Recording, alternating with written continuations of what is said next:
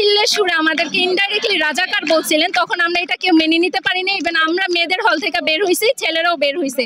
ছাত্রলীগও আন্দোলন করতেছিল, কেউ তাদের বাধা দেয় না, কিন্তু ওনারা আমাদের আন্দোলনে আইসা বাধা দিছে।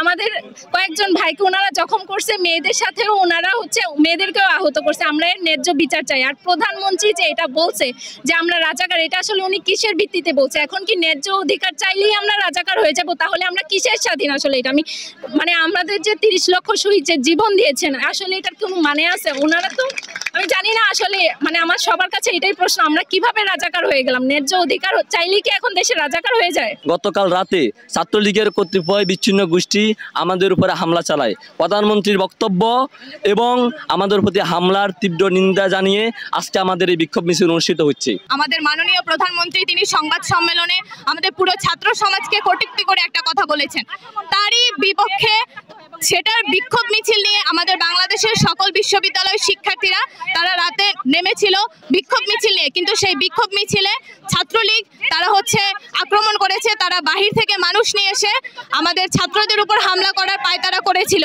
সাবিপ্রবিতে চট্টগ্রাম বিশ্ববিদ্যালয় এবং বিভিন্ন বিশ্ববিদ্যালয়ে তারা হামলা পর্যন্ত করেছে, তারা ককটেল বিস্ফোরণ করেছে। তো আমরা চাচ্ছি, আজকে আমাদের বিক্ষোভ মিছিল নিয়ে নেমেছি, আমরা চাচ্ছি প্রশাসনের কাছে আমরা দাবি জানাচ্ছি যে তারা যেন এটার একটা সুষ্ঠু সমাধান আমাদেরকে দেয়। প্রধানমন্ত্রী আমাদের যে কটূক্তি করেছে যে দেশের জনগণকে উনি দুই ভাগে বিভক্ত করেছে, মুক্তিযোদ্ধা এবং রাজাকার। আমরা বলতে চাই আদতে উনি যেটা বুঝাতে চাচ্ছেন যে বাংলাদেশের জনগণ দুই ভাগে বিভক্ত, এক হচ্ছে আওয়ামী লীগ, এক হচ্ছে ওনার ভাষ্যমতে রাজাকার।